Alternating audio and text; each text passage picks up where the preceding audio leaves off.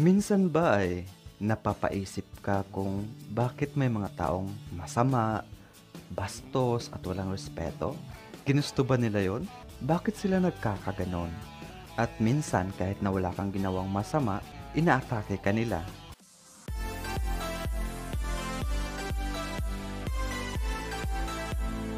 Napagtripan ka na ba na bastos at hindi nirespeto ng isang tao? Narito ang ilan sa mga dahilan or kadahilanan. Unang-una, kay maraming mga taong ganon dahil sa pagiging insecure or insecurity. Kadalasan pag insecure ka sa isang bagay or sa isang tao, nakakaapekto ito sa pag-uugali ng tao. Pag insecure ng isang tao, kadalasan ayaw niya na mas umangat o gumanda ang buhay ng iba dahil ayaw niyang mahigitan nito. Ayon sa pag-aaral na ang isang tao na insecure ay nakakagawa ng hindi maganda sa kapwa dahil sa inggit. Kadalasan ang insecurity or ang taong insecure ay hindi nagki-care sa'yo. Nagfo-focus siya sa sarili niya. Nagiging makasarili ang tao, tupakin at mainit ang dugo sa mga taong kinaiinggitan niya. Kaya nagiging bastos, walang respeto at masama dahil nga doon sa pagiging insecure niya. At sa problema, malamang sa malamang, ang taong may problema or problematic, ang taong may problema ay mainitin ng ulo.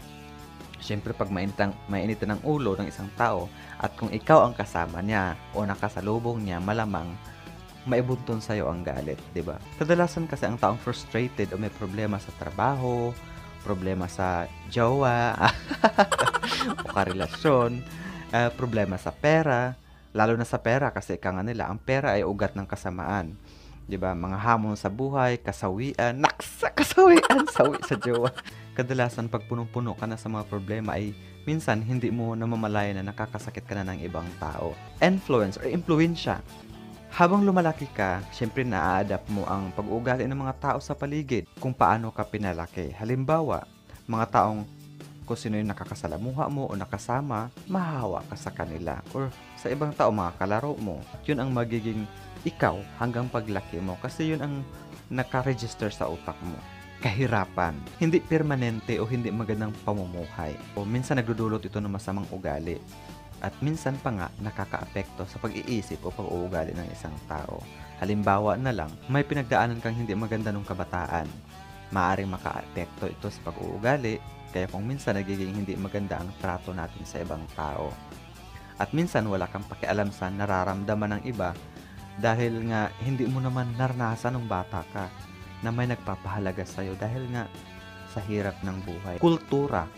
Dahil sa iba't ibang tao o lahi, community to community, magkakaiba kasi yan. Kahit pareho kayo ng salita, may kaibahan yan. Halimbawa sa mga paniniwala, kung paano gumalaw, umasta, paano yung galawan sa buhay nila, may pagkakaiba talaga yan. Minsan magkakaroon ng confusion or kalituhan sa buhay na may mga lugar na ang pagiging prangka. Kasi may mga taong gusto yung pagiging prangka. May iba naman na ayaw na pinaprangka kasi feeling nila nababasto sila.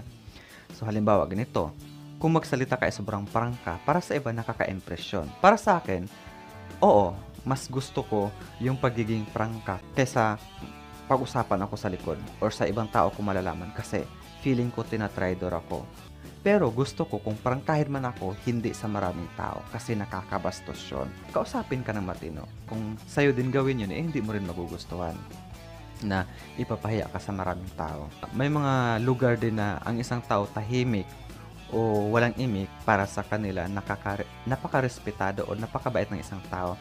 Pero may mga lugar din na tahimik o pag walang imik ka, nakakabasto sa kanila. Siguro iniisip nila, bastos naman ito, dinidedma lang ako, ayaw mo lang ako pansinin. Yun pala, hindi mo alam, mahiyain yun kaya hindi ka pinapansin. So nasa atin pa rin kung paano natin i-interpret, di ba? May mga tao din na madaldal, para sa kanila kung madaldal ka, ang bait niya kasi palaimik, palangiti.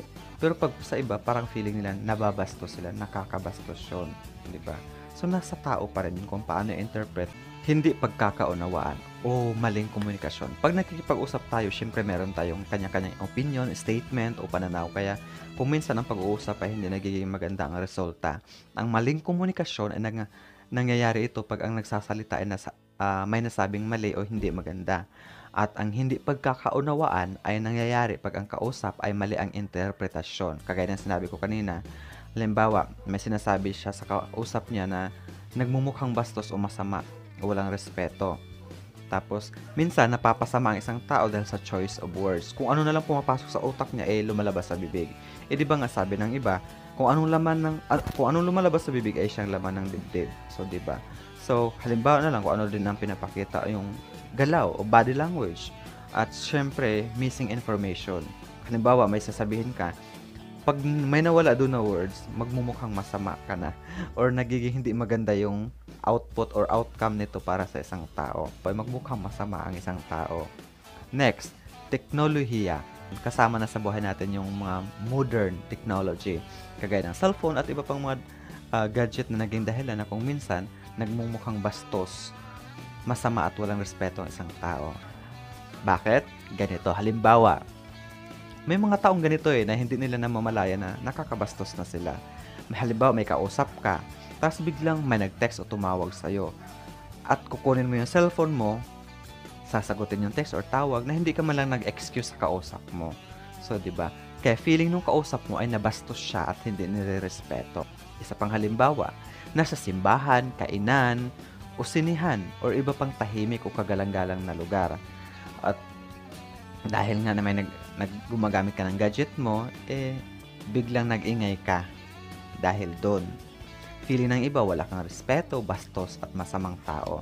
Minsan din nagmumukhang bastos at masama ang isang tao dahil sa social media post. Halimbawa na lang, kung ano yung pinopost natin, nagre-reflect yan sa sarili natin. So, minsan yung ibang tao na i-interpret nila na ang bastos naman ng tao na to. Tapos minsan, ang sungit naman ito. Tapos, daming kaaway. So, napapasama tayo, 'di ba, sa paningin ng ibang tao. Pagiging immature. May mga taong bastos at walang konsiderasyon. Bakit? Simple lang. Dahil immature siya mag-isip or isip bata, 'di ba? Minsan dahil isip bata, hindi nila namamalayan na nakakasakit na sila ng kapwa. The way sila na mag-approach sa isang tao, makipag-usap, ay naging bastos, masama ang trato nila at kulang sa respeto. Minsan hindi nila alam ang magiging resulta or impact sa ginagawa nila. Hindi nila masyadong na-reach yung tamang pakikitungo or pag-iisip. Minsan din mababa ang pangunawa nila. Kadalasan sila yung mga taong walang pakialam o bago magsalita o gawin ang isang bagay. Magandang intensyon pero maling resulta. Sa tingin mo ano 'yon, 'di ba? Balikan natin yung kanina, yung maling komunikasyon. Kung minsan mali ang pagkakaintindi natin sa galaw at sinasabi ng isang tao, minsan nakakasakit kahit hindi naman natin intensyon. Halimbawa, ang isang overprotective na parents or di kaya isang boss or manager mo. Kadalasan kinokontrol ng boss or manager ang ginagawa mo sa halos lahat ng aspeto sa trabaho mo. Bakit? Hindi po para alipinin ka, kundi dahil gusto niya na maging maganda ang resulta ng trabaho mo at para na rin sa kapakanan mo bilang isang empleyado para maging maganda ang record mo sa kumpanya or sa trabaho mo. Ngunit minsan nakaka-insulto na ito para sa'yo kasi isipin mo, ano ba sa tingin niya, wala akong utak, hindi ako marunong. Bakit kailangan talaga ipagsiksikan sa akin na ganito ang gawin? Alam ko naman, di ba? So minsan nababastos ka or feeling mo naiinsulto ka na kasi ginagawa ka niyang walang alam, di ba?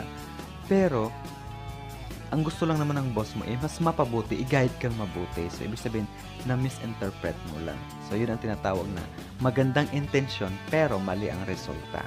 Halimbawa, sa mga magulang naman, ginagawa lang nila, maraming mga ganito nangyayari lalo na sa mga teenager pa. Kasi hindi pa ganun lawak yung experience at pananaw ng mga teenager.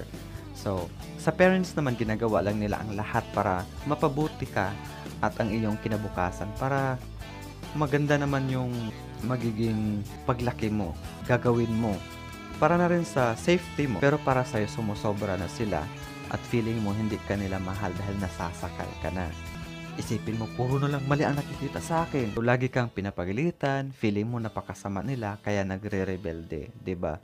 Mas maganda kung lawakan natin ang ating pag-unawa at magiging pasensyoso at huwag basta-basta gumawa ng hakbang na hindi pinag-iisipan.